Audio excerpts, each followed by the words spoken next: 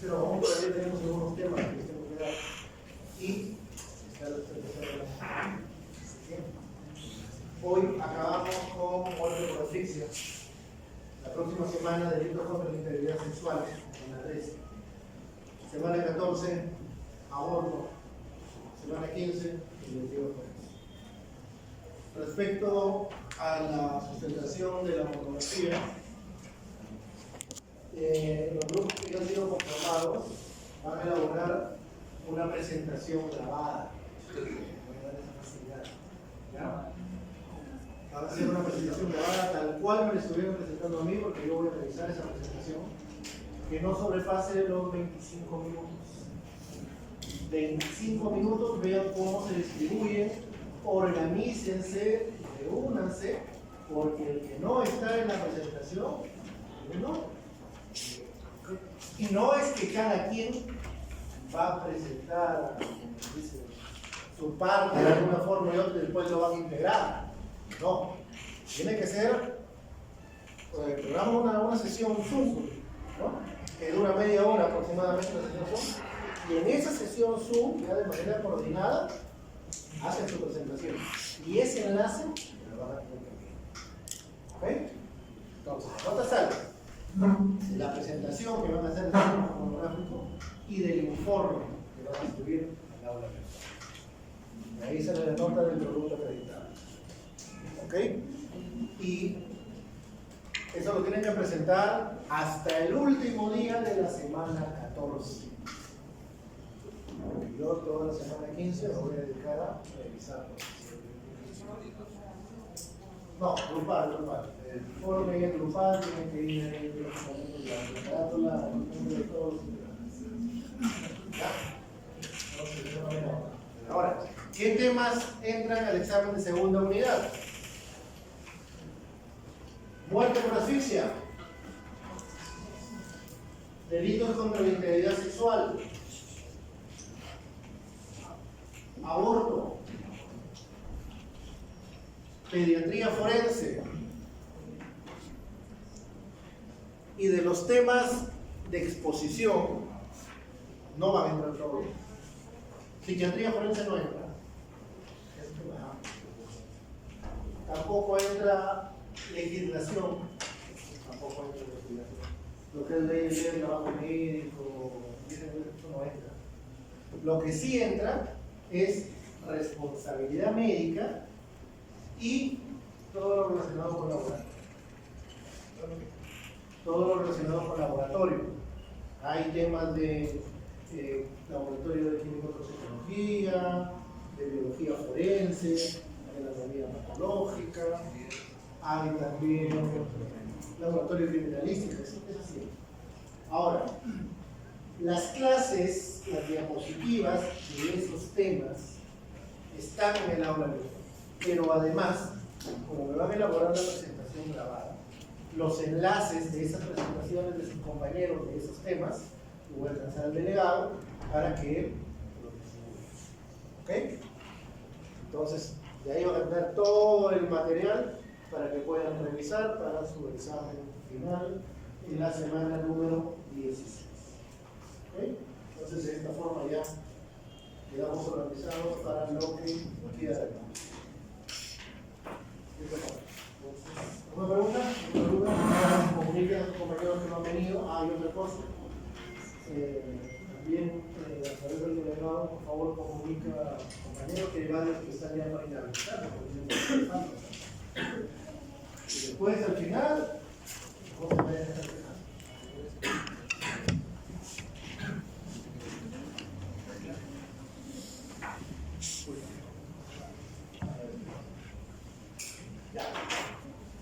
Ok, bueno, continuamos entonces con el tema que estábamos viendo hace un par de semanas, ya que la semana pasada, un paro medio extraño, que al final no se definió si veníamos, no veníamos, y bueno, no hubo una comunicación oficial por parte de la escuela. Y se nos dio la opción, ¿no?, de salvaguardar la integridad de los alumnos. Quería que Nos estaban bajando de los combis. Al inicio parece que no me estaban dejando pasar. Hacer clases de palabras. Y hoy vamos a terminar con cuarta cuadriz. Ya hemos hablado acerca de las 4 variedades de asfixia mecánica. Vamos recordando rápidamente. ¿Cuáles son? La primera, asfixia mecánica por ahorcamiento. Segundo, estrangulamiento. Tercero, sumersión. Y cuarta, sofocación. ¿No? Son las 4 variedades. De gran importancia médico-legal. Y es lo que vemos con bastante frecuencia, podríamos decir, en la práctica médico-legal, en la moda. En época de verano abundan las asfixias por sumersión. En piscinas, en ríos, en canales de regadío, en la playa, en el mar, ¿no? En el mar comienzan a aparecer estos casos, ¿no?, de asfixia por sumersión. La sumersión puede ser completa o puede ser incompleta. Será completa cuando el cuerpo se encuentra completamente dentro del medio líquido. Y será incompleta cuando solamente los orificios respiratorios se encuentran en el medio. Pues ahí tenemos la sumersión completa y sumersión incompleta.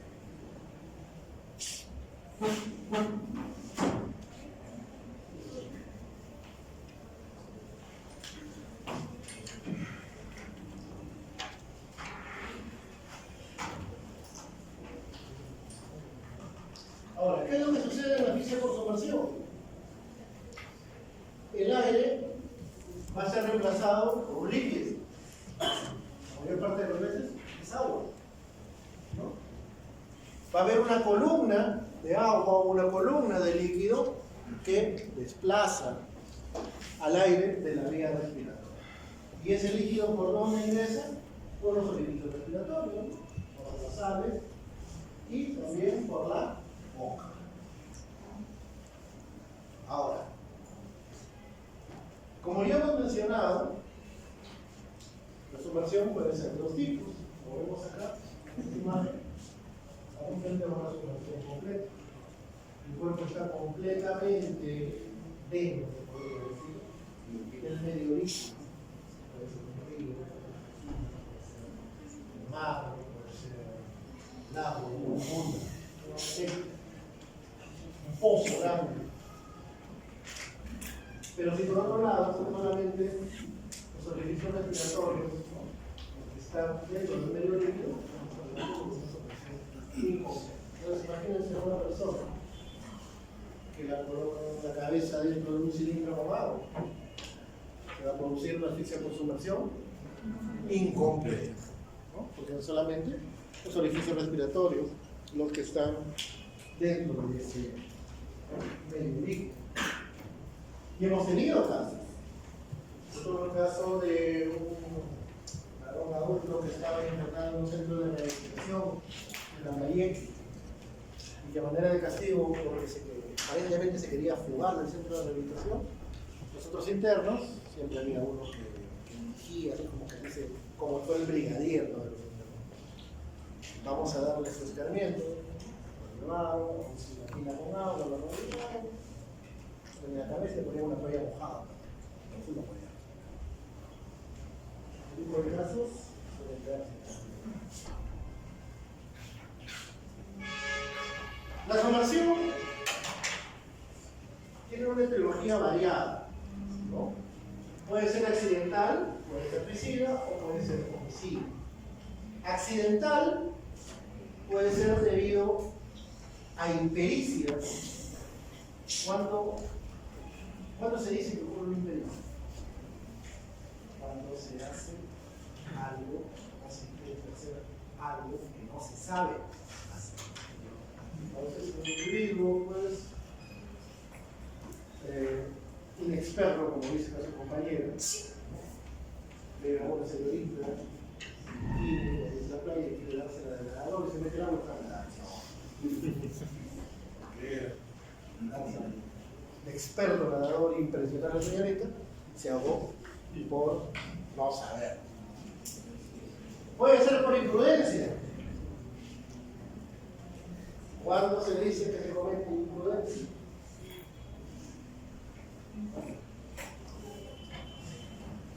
Cuando se actúa de manera temeraria, sin medir los riesgos. Entonces, ahí hablamos de...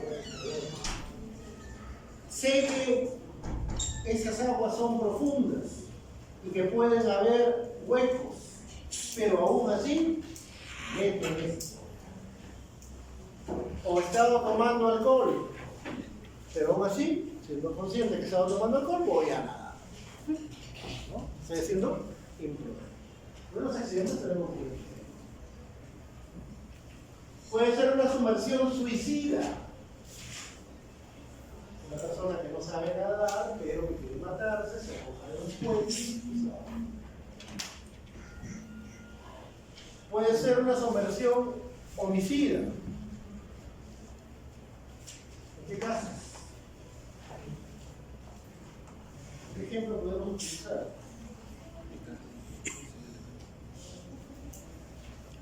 Una persona que es atada de pies y manos junto con un objeto pesado y arrojado al mar. ¿Para qué?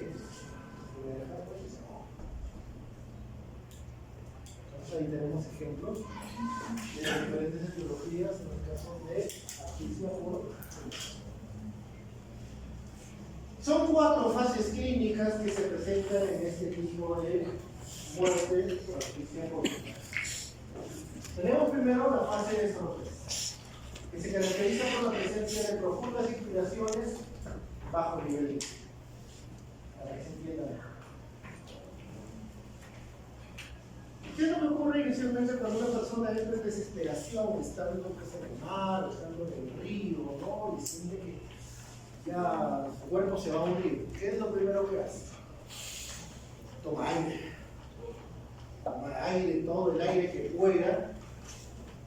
Y una vez que está bajo el agua, trata de retenerse.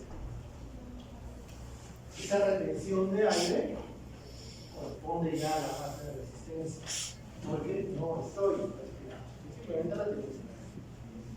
Y el no respirar, ¿cómo se denomina? Entonces, un periodo de agua sigue a las inspiraciones.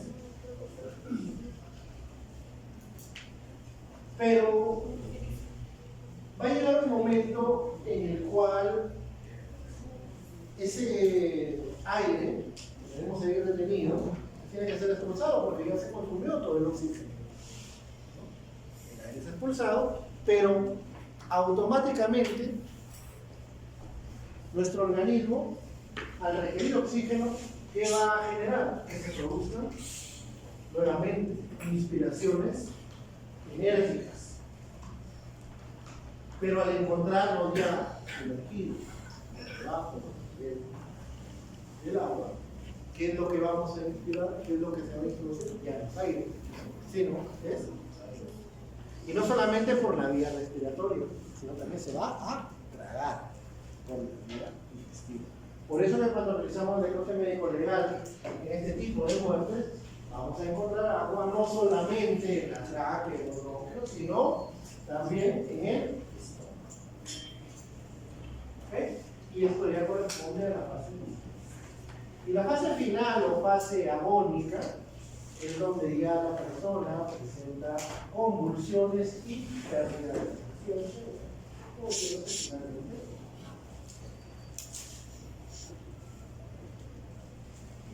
El tiempo respecto al periodo mortal de la asfixia por sumersión varía según se produzca la asfixia en agua dulce o en agua salada. En agua dulce, más rápido; en agua salada, tarda más. 4 a 5 minutos en agua dulce; en agua salada, de 8 a 12 minutos. Y la fisiopatología de la sumersión en agua dulce y en agua salada también es distinta.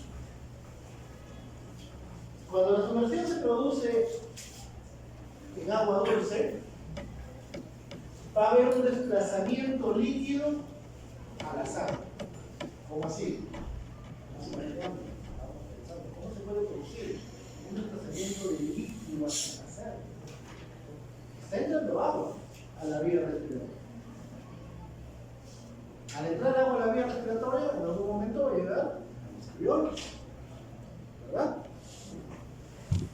Producto del ingreso de agua se van a romper los septos alveolares, van a quedar expuestos algunos capilares, y además también los capilares alveolares van a jalar esa agua que ha ingresado por la vía respiratoria y llevamos aquí. Entonces, al jalar, al intravascular el agua, se va a producir una hemodilución y un aumento de la arteria. El volumen de sangre circulante aumenta debido a que se ha jalado agua de los pulmones hacia el intravascular. Esto va a traer consigo la hemólisis. ¿Qué es la hemólisis?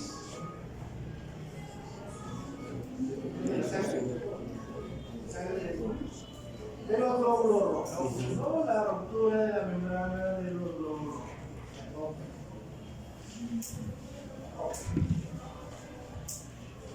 Esto va a traer consigo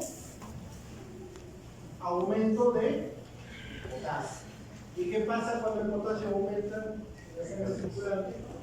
Afecta directamente el funcionamiento cardíaco, generando primero taquicardia, posteriormente arritmia, pudiendo llegar finalmente a la fibrilación y al paro cardíaco con subsecuentes. Ese es todo el proceso fisiopatológico que ocurre en la sumersión en agua dulce. En la sumersión en agua salada, el proceso fisiopatológico es distinto, ya que aquí no va a haber, por favor,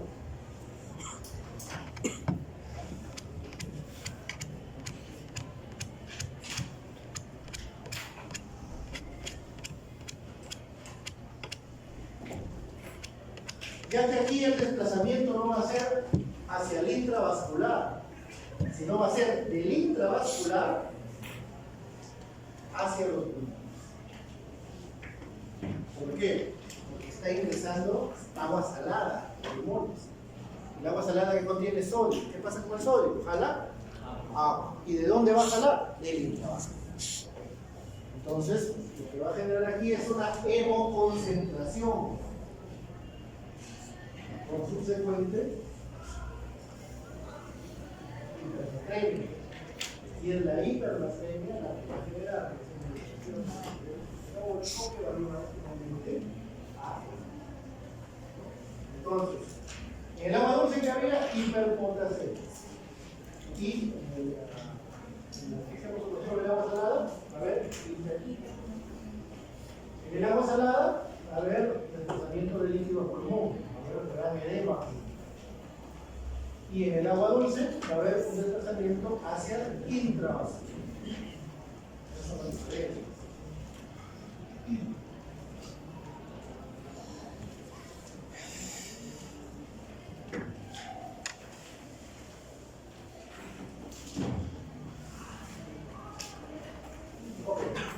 Entonces, cuando realizamos el levantamiento del cadáver y la posterior necropsia médico-legal de un cuerpo que ha sido rescatado del agua o ha sido encontrado sumergido o semisumergido en un cuerpo líquido, vamos a buscar signos. Tenemos para ello signos externos que se consideran orientadores específicos de la asfixia por sumersión, pero también tenemos signos inespecíficos que están relacionados con la permanencia del cuerpo en el agua. Entonces nosotros debemos saber integrar los distintos signos para poder llegar a un correcto diagnóstico clínico. Entonces, dentro de los signos externos específicos orientadores en la asfixia por sumersión se mencionan tres. La cianosis, que es lo clásico de la muerte por asfixia. ¿Dónde vamos a ver la cianosis? Piel, labios, uñas, las mucosas, también podemos cianosis. Otro signo externo o específico tenemos el enrojecimiento de las conjuntivas vulvares. Cuando aperturamos los párpados, vamos a ver la luz erótica completamente enrojecida. Y un signo específico bastante frecuente en la asfixia por sumersión es la presencia del hongo de estómago. Es una espuma blanquecina o a veces sanguinolenta de burbuja fina que sale por las fosas nasales y por la cavidad. Eso lo encontramos frecuentemente en los abogados. Y es como ven ahí la imagen. Es el famoso hongo de espuma.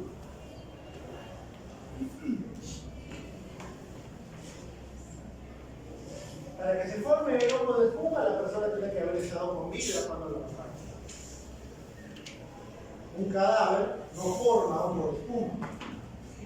El hongo de espuma se forma por el batido, el movimiento de los cilios de la vía del epitelio respiratorio.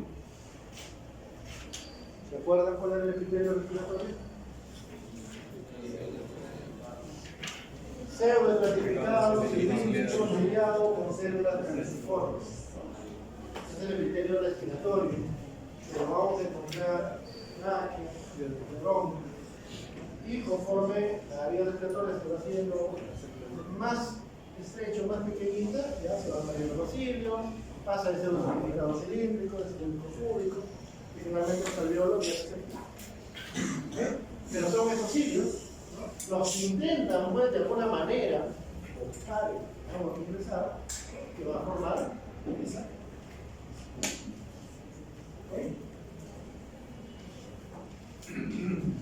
El famoso hongo. Y como hemos mencionado, el agua ingresa, ¿no?, un gradiente de presión que sobrepasa la resistencia de los centros alveolares y rompe los centros alveolares. Y en los centros alveolares tenemos los capilares. Los capilares contienen sangre. Por eso, mezcla de espuma con sangre. No siempre.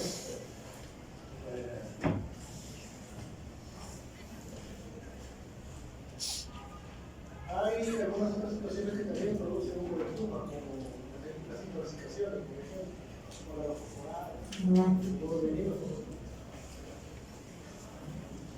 Ok, otro grupo de signos son los inespecíficos. Seguimos examinando el cadáver. Fuimos al lugar del levantamiento, ya vimos que está cianótico en el rostro, los labios, las uñas. Ya vimos que presenta hongo de espuma. Vimos que las conjuntivas vulvares están rojizas. Parece que se lavaba. ¿Qué más? Signos específicos. Las prendas están mojadas. La piel está húmeda.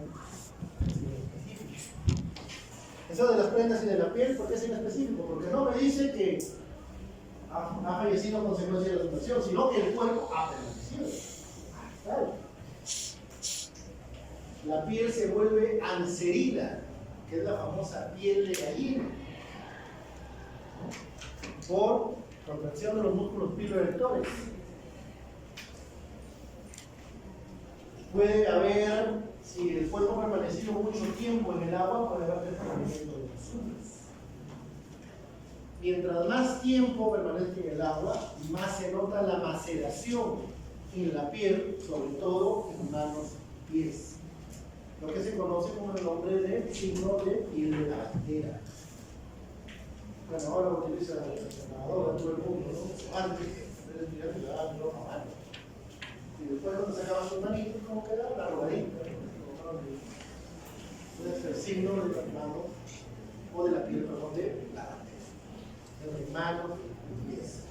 Si permanece mucho tiempo en el agua, incluso puede llegar a desprenderse de manera de guante o a manera de bota. Pero como les digo, son signos no que me dicen que la muerte ha sido con sumersión, sino que el cuerpo ha estado. Puede haber livideces por decúbito ventral y cabeza inferior al cuerpo. Si es que ha permanecido boca abajo. siempre la cabeza permanece en un plano un poquito inferior, entonces las livideces pueden localizarse en el rostro, pueden localizarse en el cuello, en la región anterior. Pero si el cuerpo permanece en movimiento por las corrientes de agua o por las olas que estén en el mar, las livideces van a ser indiferentes, no va a haber una localización específica. Puede aparecer más rápidamente la famosa cara de negro, que ya es por putrefacción. ¿Por qué? Porque si ha permanecido boca abajo, ¿no?, la sangre se acumula en la cara y además, a diferencia de otros tipos de muerte, la mancha verdosa del ahogado empieza en el rostro.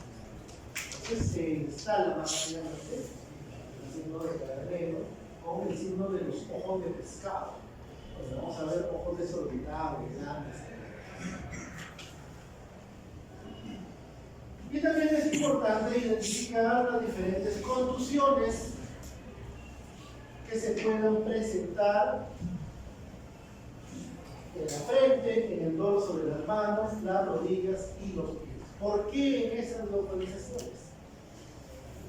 Porque son zonas expuestas que están propensas a sufrir lesiones debido al arrastre. ¿Okay? Si el cuerpo se arrastra estando boca abajo, ¿qué es lo que generalmente ocurre?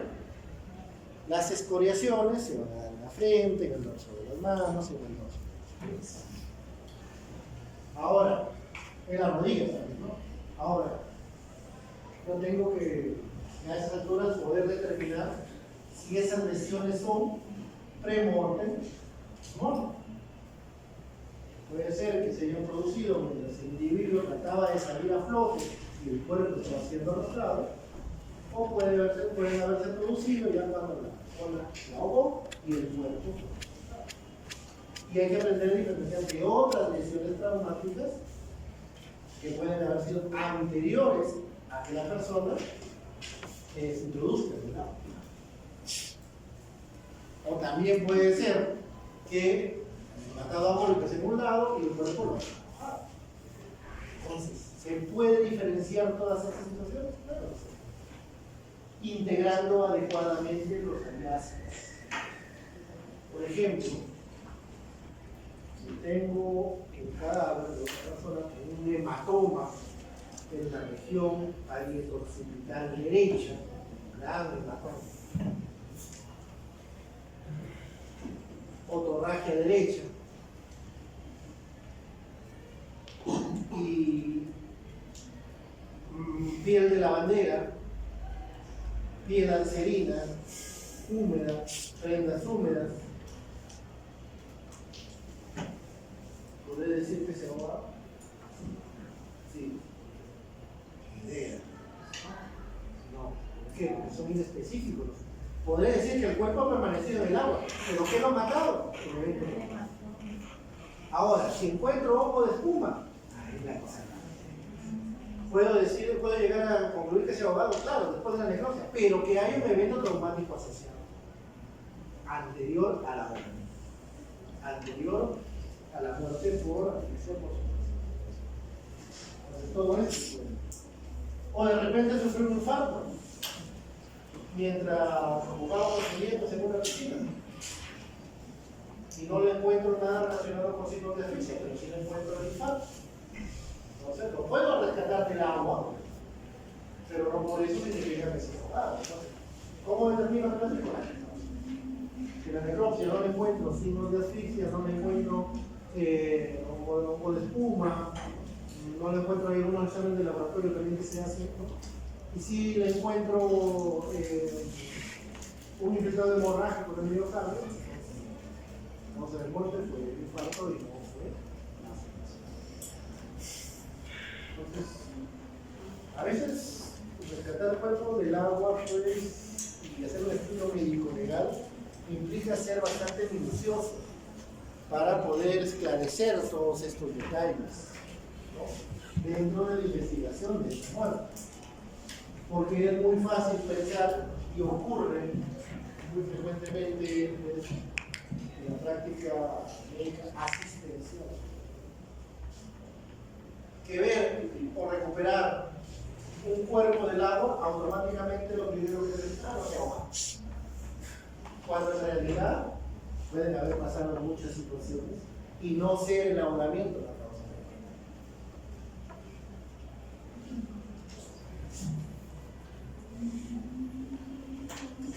Así es como se ven algunos de los signos que les he mencionado: piel de la bandera, palo de las manos, piel de la planta de los pies.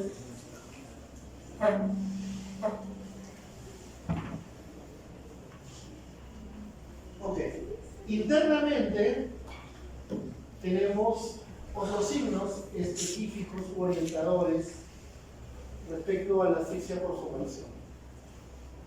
¿Qué vamos a encontrar? A nivel de la tráquea, de los bronquios, que corresponde a la vía respiratoria, podemos encontrar una columna de agua o también espuma. Espuma blanquecina o espuma sanguinolenta en la vía respiratoria. El pulmón del ahogado es excesivamente grande, sobredistendido, al punto que queda la impronta de los arcos costales en la superficie. A nivel de la superficie del pulmón vamos a ver unas equimosis rojo-violáceas o manchas equimóticas que se conocen con el nombre de manchas de Paltau. Podemos encontrarlas. El pulmón va a ser grande, pesado, va a tener un componente mixto de agua y aire, que es lo que se conoce con el nombre del enfisema acuoso de bronca.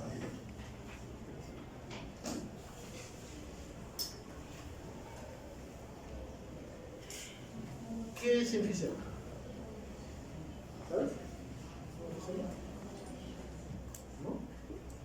¿Alguien me puede decir qué es enfisema?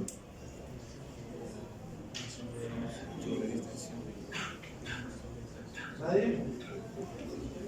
Entiendo, debemos saber qué es.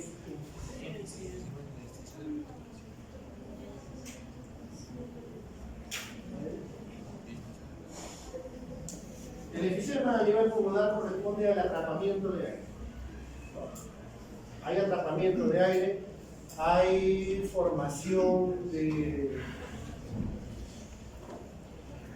púas enfisematosas, se llaman, ¿no?, que atrapan aire debido a la ruptura de los septos alveolares. Por ejemplo, podemos encontrar enfisema pulmonar en los fumadores, ¿no?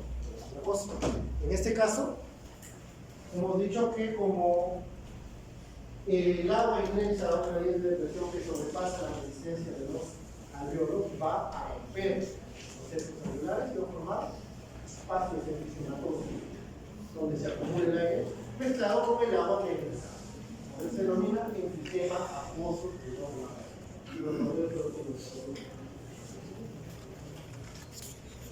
¿Qué más? Hemos mencionado las manchas de Paltau. A nivel del cráneo, en la base del cráneo, vamos a encontrar infiltrados hemorrágicos. En el piso anterior de la base del cráneo, a ambos lados de la apófisis cristagali, que corresponde a las celdillas etmoidales, va a haber unas manchas azuladas por infiltrado hemorrágico o por hemorragia de las celdillas etmoidales. Se conoce con el nombre del signo de Vargas Alvarado. Luego vamos a tener también unas manchas azuladas a nivel del peñasco del temporal, debido a que se produce hemorragia a nivel de las celdillas mastoideas. A eso se conoce con el nombre del signo de Nils. Entonces, cuando yo veo la base del cráneo, y veo esas manchas, veo esas manchas azuladas a nivel del piso medio, sobre el peñasco, sobre sumo el hongo de espuma, le sumo la espuma blanquecina, le puse más fósforo de bromonato, entonces estoy reuniendo signos que me orientan hacia una causa de muerte. La más clara que vendría a ser la asfixia mecánica. Entonces acá lo que se tiene que hacer es una integración de todos los signos que yo voy encontrando. No solamente valorar uno u otro de forma aislada, sino que tengo que integrar los diferentes signos para poder hacer un diagnóstico de muerte, de causa de muerte, y se puede asustar. Presencia de espuma en la tráquea.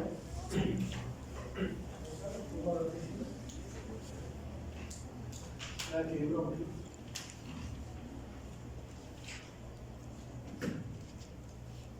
Manchas de paltao, acá se ve mejor.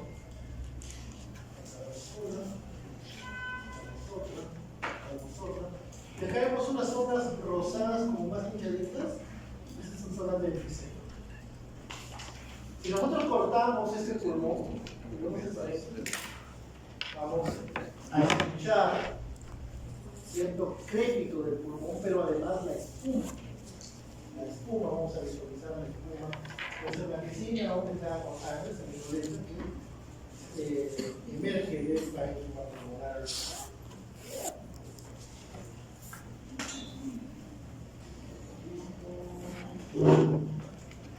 Formas fisiopatológicas de la sumersión asfíctica. Se mencionan tres. La tercera también se menciona en la sofocación interna. Bueno, el primer mecanismo habla de la sumersión e inhibición, o también denominado hidrofusión, donde la muerte no se produce realmente por un proceso asfíctico mortal, sino por un reflejo inhibidor que va a llevar a un fallo cardiorrespiratorio por el contacto, ya sea de la piel, ya sea de los receptores localizados a nivel de los oídos, que presenta el individuo, y esos toman contacto con el agua fría. Entonces se produce un estado sincopal que causa la muerte de manera rápida, sin dando tiempo a que se produzca realmente una asfixia convocal. Es un fenómeno inhibitorio, como el que mencionamos en algunos casos de ahorcamiento, por ejemplo, o también en algunos casos de estrangulamiento. En este caso, es la sumersión e inhibición por hidrofusión. Entonces, dice, la muerte sobreviene por fallo cardiorrespiratorio, por reflejo inhibidor de estas funciones, mediante receptores localizados en piel, mucosas, oídos. Se produce una interrupción del proceso digestivo y shock neurovascular, y la muerte ocurre en un estado sincopal y da lugar a los llamados ahogados blancos. ¿Por qué ahogados blancos? Porque no se va a producir un verdadero proceso físico, no va a haber cianosis, porque no hay que echar agua a la vía respiratoria cuando la persona está vivida. Puede ser que ingrese un poquito, ¿no? Ya cuando ha fallecido, pero no va a haber espuma, no va a haber cianosis. Y el hecho de que no haya cianosis, pues, hace que se denomine pues, como ahogado. Este tipo de mecanismo fisiopatológico o forma fisiopatológica corresponde solamente al 10% del total de los ahogados. El 90% restante, aquí sí ocurre un verdadero fenómeno físico, que es la sumersión asfíctica, ¿no? Aquí va a haber un fallo respiratorio por un verdadero estado de asfixia donde se produce una obstrucción real de la vía aérea, ya que la columna de agua desplaza al aire de la vía aérea. Y ahí se va a ver pues, ya la cianosis característica marcada. Por eso que se denominan ahogados azules, que consecuencia de este mecanismo funcional, que corresponde al 90% de la muerte.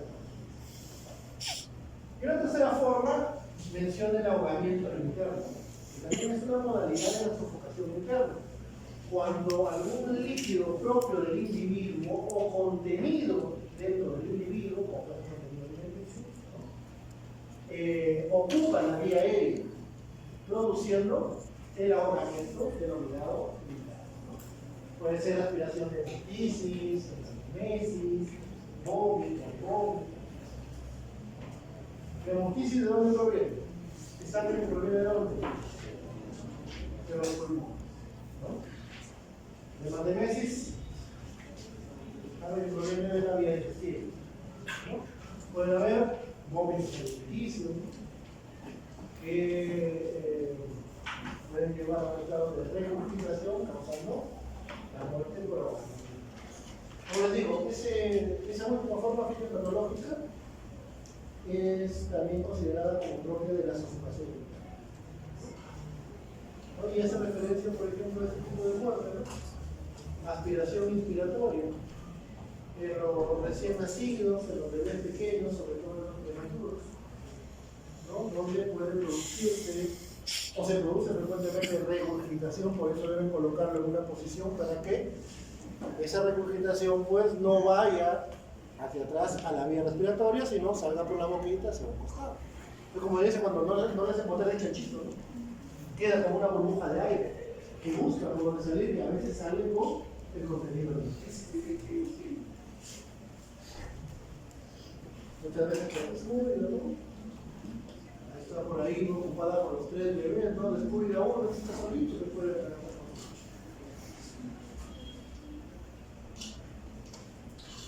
Entonces hemos dicho, los ahogados blancos que se presentan por un fenómeno fisiopatológico de hidrofusión, donde no hay un verdadero fenómeno físico, donde no llegan a ahogar, realmente constituyen el 10% de los casos de asfixia crónica. Y aquí el mecanismo es sumersión-inhibición, o hidrofusión. Y los ahogados azules son los sinóticos, donde sí hay ingresado agua a la vía respiratoria, queda enlazada al aire, y se produce pues una marcada cianosis, ¿no? Como signo característico de este tipo de ahogados de los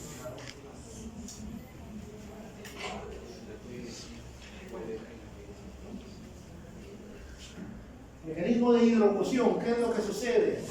Aquí hay un reflejo inhibitorio debido al contacto de la piel, ojos, medio de los receptores encontrados en ellos, con el agua fría, produciéndose un fallo y una pérdida de entonces no llega a ahogarse realmente. Y no es como para que se entienda mejor, ¿no? Toma contacto con el agua fría y automáticamente fallece por un reflejo inhibitorio. Entonces no le da tiempo que se genere ningún signo característico típico. Ahora, encontrar un cuerpo sin signos de asfixia en el agua te complica las cosas, ¿no? Ese tipo de diagnóstico, en los casos de los ahogados blancos, es por descarte.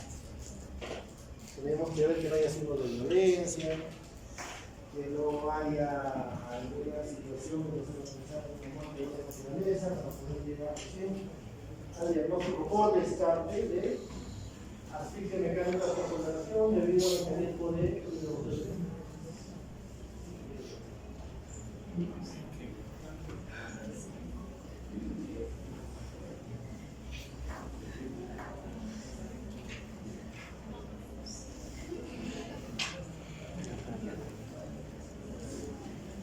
Dependiendo del tiempo que haya transcurrido al momento de recuperar el cuerpo del agua, se van a presentar distintos signos.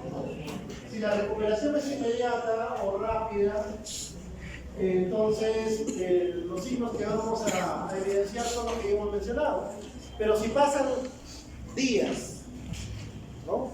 A semanas, ya el proceso de putrefacción se instala, pues, y vamos a ver pues ya pérdida de tejido blando, desprendimiento del cabello, puede haber desprendimiento de la piel, de las manos, de la piel de los pies. Si pasa mucho más tiempo puede haber desprendimiento de miembros, ¿no? Puede haber estallamiento de la cavidad abdominal, pero ya eso es producto de la putrefacción. Ahora, por ejemplo, este es la cara de negro que les había mencionado y el signo de los ojos de pescado, ¿no? Los peligros que se fueran, calientes.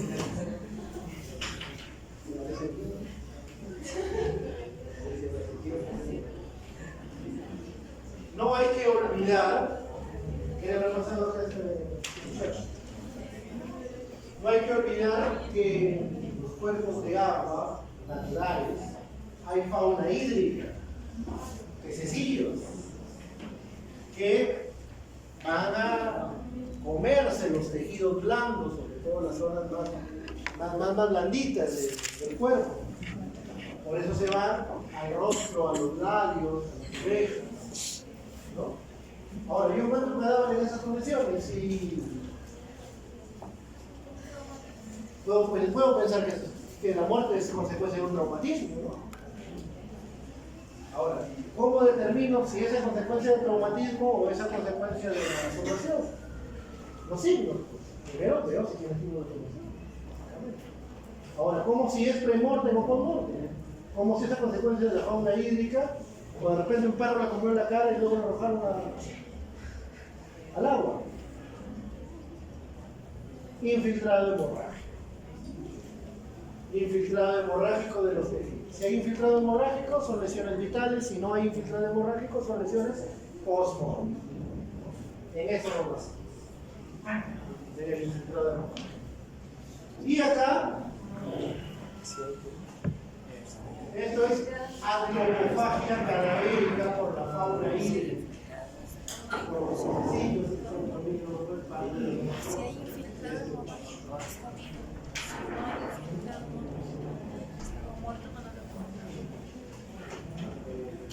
Uno de los exámenes que utilizamos en la práctica diaria médico-legal en los casos de asfixia por sumersión es la determinación de diatomeas. Es un examen de laboratorio de biología forense, que es lo que utilizamos en nuestro medio. Más que la detección de electrolitos, cloruro, no, nosotros lo basamos en esto.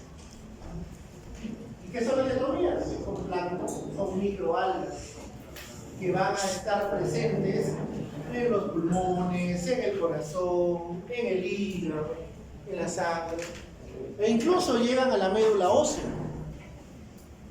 Es un examen auxiliar o complementario, ¿no?, que va a contribuir al diagnóstico de muerte por asfixia por sumersión, sumado lógicamente a los hallazgos epidemiológicos. Porque para que las algas, estas microalgas, lleguen a esos órganos, cuando la persona ingresó al medio líquido, tiene que haber estado, tiene que haber circulación sanguínea para que las microalgas puedan desplazarse a los diferentes órganos. Porque si un cuerpo sin vida ha sido arrojado al mar, ¿llegarán las microalgas? Lógicamente no, porque no hay circulación. Entonces, al momento que ingresa el agua a la vía respiratoria, a la vía digestiva, ingresan también las microalgas. Y en ese momento todavía hay circulación. Y esa circulación es lo que permite que esas microalgas vayan a todos los demás.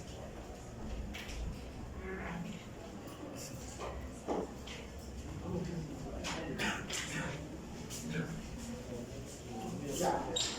Ahora, imaginemos que el cuerpo se recupera después de 2 meses.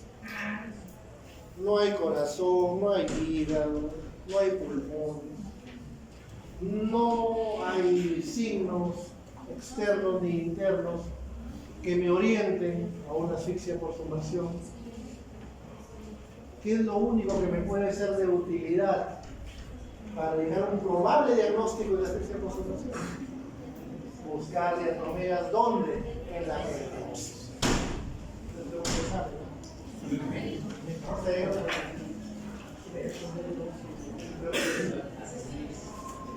Es la fija. Y los encargados de la búsqueda de diatomeas, pues, en estos tejidos que enviamos, son los biólogos forenses.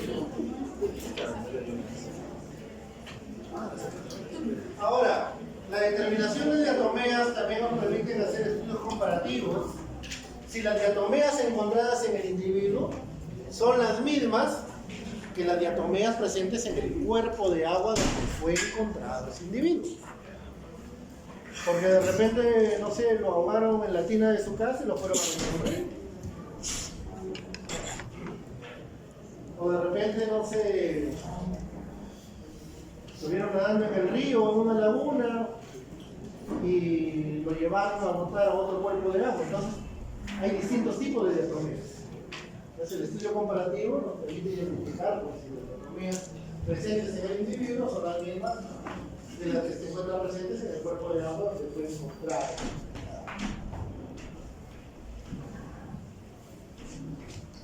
Bueno, el examen médico legal en ese tipo de casos nos debe permitir absolver ya preguntas determinantes dentro de la investigación, ¿no?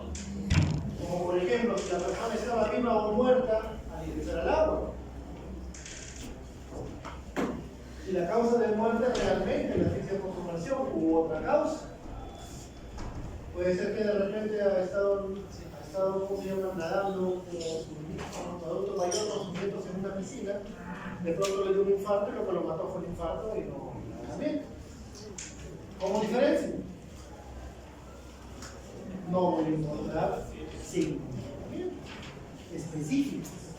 No voy a encontrar y sí los signos plenos del infarto. O puede ser que haya tenido un ACV, como tuvimos un caso de un ingeniero ¿qué pasó? Un accidente cerebrovascular y eso motivó que no pueda salir a flote y se ahogó. Pero el accidente cerebrovascular fue previo. Bien. Mi causa básica de muerte podría ser el accidente cerebrovascular y mi causa final podría ser la asfixia por sumersión, porque sería así la secuencia de eventos.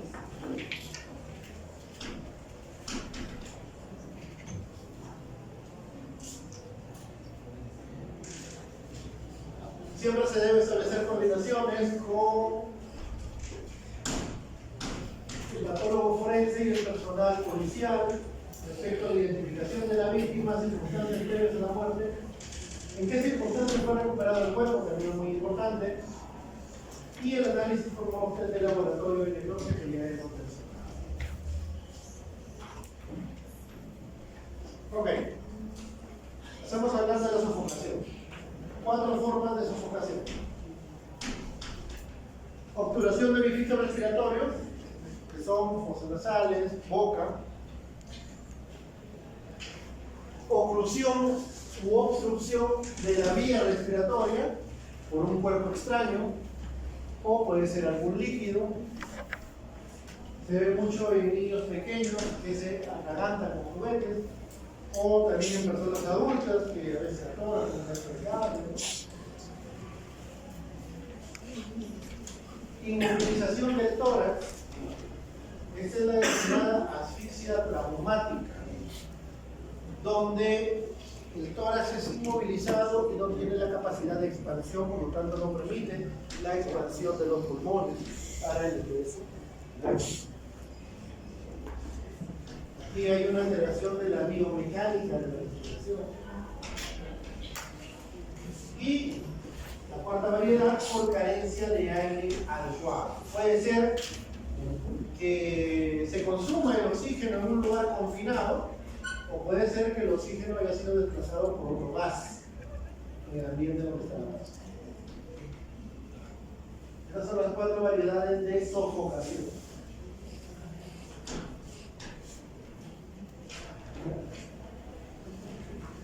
Esto era un juego muy común entre los niños en la década de los 80 y 90. Estaba muerto, ¿no? La bolsa en la cabeza. La bolsa en la cabeza. Sí. La bolsa en la cabeza, pero no puede. Ahora.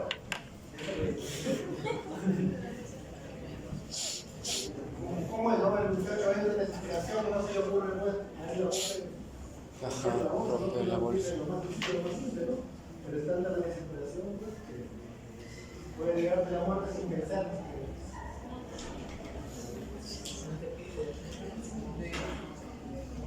En el caso de la sofocación por obturación de orificios respiratorios, 3 variedades: homicida, accidental y suicida.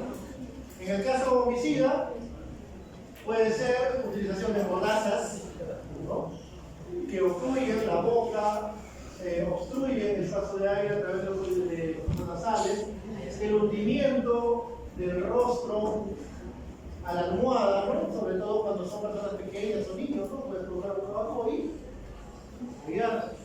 O las personas que están de repente en estado de debilidad también, ¿no? No tienen una idea, pero apoyarlo boca abajo, con la almohada, y luego borracho. Eso es muy frecuente en el infanticidio. La mano abierta también en niños pequeños, bebés. Puede ser accidental en personas que sufren estados convulsivos, los epilépticos, en personas en estado de ebriedad, cuando se coloca el rostro sobre objetos blandos que cubren los orificios respiratorios. Y suicida, el uso de telas adhesivas, combinadas sustancias tóxicas que no se permitan quitar depósitos adhesivos que cubren los orificios respiratorios. Bueno, eso es una simulación para mostrar la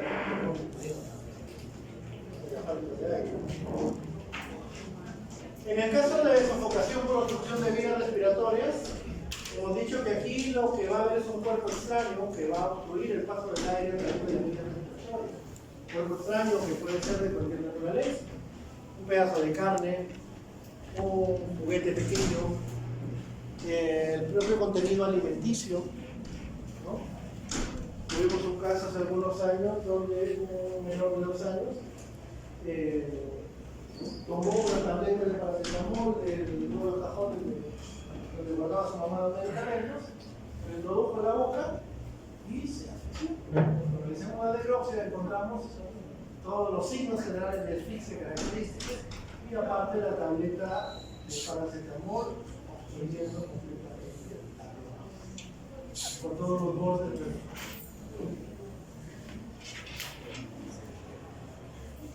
Etiología accidental en niños por aspiración de objetos pequeños, en adultos alimentos sólidos poco masticados como atragantamiento con carne, que se ve también, por ejemplo, salen de una fiesta, ¿no? Después de haber tomado sus tragos, vamos al caldo, y en el caldo están comiendo la presa atragantada.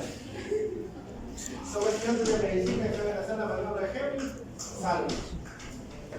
No la aprendieron. No la practicaron con su clase fue virtual. Un compañero mío. El tipo homicida, introducción de trapos en las fauces, como un caso de un estilista de las estrellas, que fue con un grupo de muchachos a su casa para tomar, mientras uno de ellos le dijo voy al baño, empieza a robar sus cosas. El estilista lo descubrió, lo maniataron y le colocaron un trapo en la boca. Demasiado profundo que no le permitió. ¿Qué vamos a encontrar en la necropsia? Signos generales de asfixia y el cuerpo extraño de la vía respiratoria.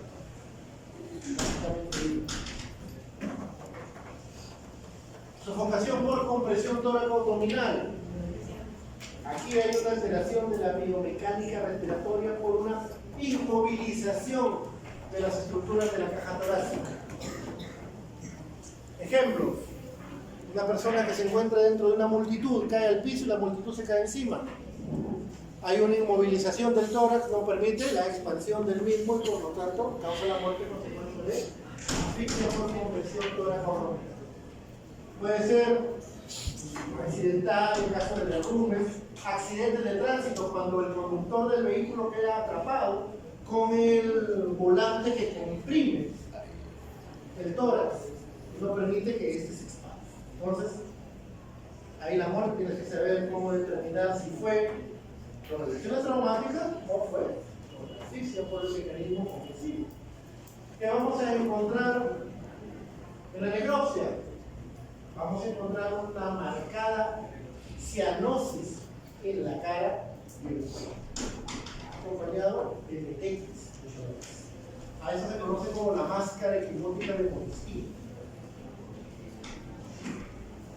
A nivel de tórax y abdomen, los signos de la compresión o el aplastamiento que muchas veces no se ven externamente.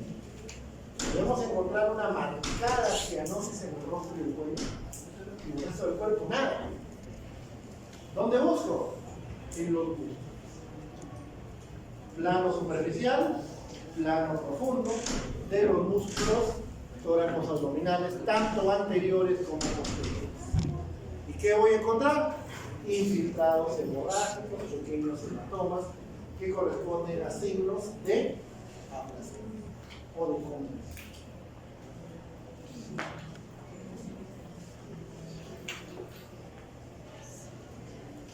Por ejemplo, en esta multitud, ¿no? Imagínense, ¿no? Que mete un gol y toda la tribuna comienza a saltar, algunos se vienen hacia adelante celebrando y comienzan a aplastar a las personas que están adelante, ¿no? Entonces ahí se da este mecanismo, ¿no? De compresión tóraco-abdominal por inmovilización de las arterias.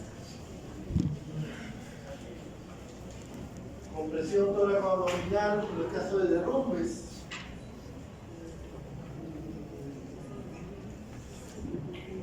Derrumbe, donde la persona fue sepultada.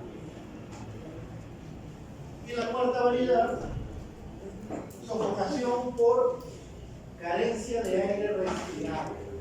Dos variedades. Confinamiento, cuando está en un lugar hermético, donde no ingresa aire y el oxígeno puede llegar a consumirse en algún momento, como puede ocurrir en el atrapamiento en cuevas subterráneas, en minas, como los mineros en Chile hace algunos años, que si no lo rescataban, pudieran morir sus cuerpos. En el sepultamiento es cuando un material fulgurulento desplaza el aire. Puede ser polvo, tierra, puede ser algún polvillo, algún material vegetal, o en el caso de un accidente laboral en un molino de arroz, carretera recta, donde le cayó todo el polvillo que sacan del arroz encima, y no es que eso lo haya aplastado, sino que inhaló. Entonces, ¿qué vamos a encontrar en estas cosas? Vamos a encontrar el polvillo, la tierra, la arena, cubriendo las prendas, la piel, y también fosas nasales, cavidad oral, vía respiratoria y vía digestiva. Sobre todo esófago, estómago. Aparte de los signos de asfixia, que ya conocen.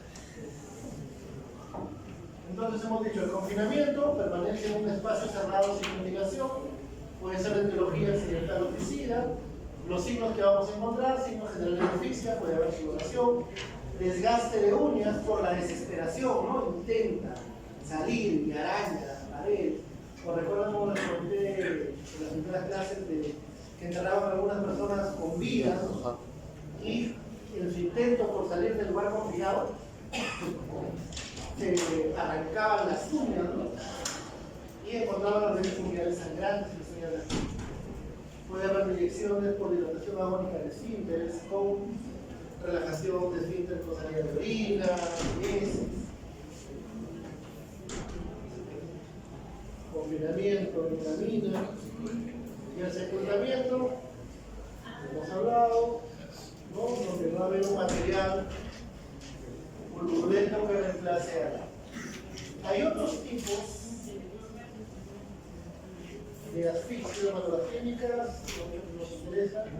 Las tóxicas, se menciona brevemente, una de las más importantes, intoxicación por monóxido de carbono, que también vemos en la práctica médico-legal en los casos de muerte, incendios por inhalación de humo, intoxicación por monóxido de carbono.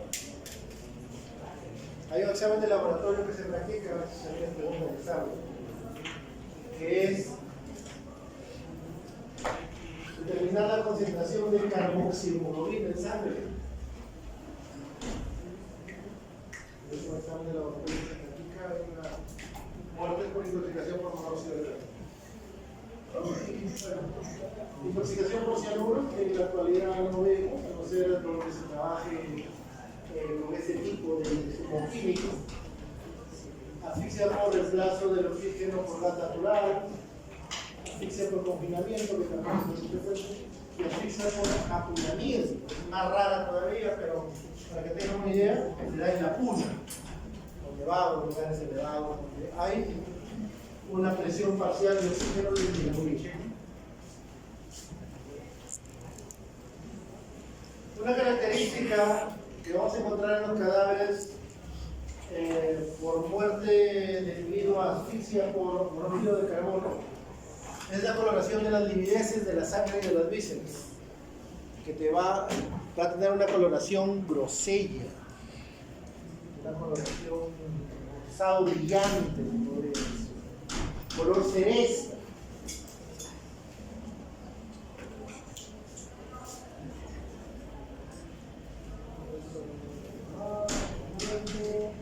Y acá quiero que estas son otras variedades, ¿no? Donde va a ocurrir una alteración de la biomecánica del músculo respiratorio. Hay enfermedades, en el caso de la poliomielitis, ¿no?, que se pueden producir. Lo que hay unos compañeros creo que van a dar ¿Qué hora? 4:20. Vamos. Sí, ahora no más. Enfermedades como la poliomielitis, en algunas posiciones como el colgamiento por los antebrazos, la crucifixión, la crucifixión invertida, altera la biomecánica de la musculación respiratoria, ¿no?, impidiendo la expansión de la caja torácica. La compresión toracoabdominal que hay posteriormente también se suma, y la contracción muscular violenta, como en el caso de tétanos, epilepsia, también puede llevar a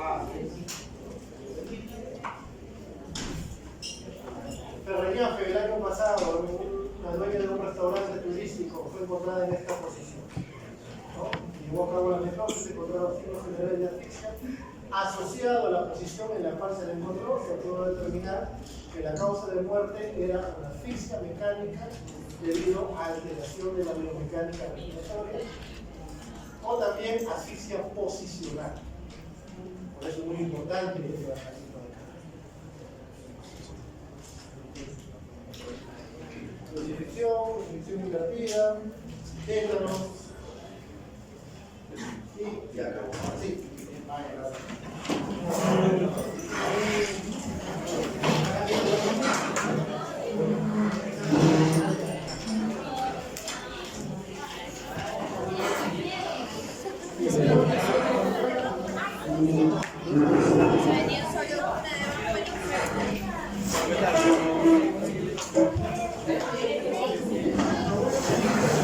¿Qué tal? Ah, ese chico, no debiste agarrarlo.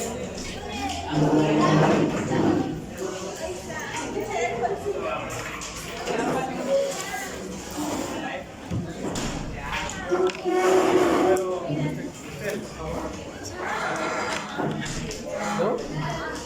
Aquí la acepto. Si no me lo prestaba.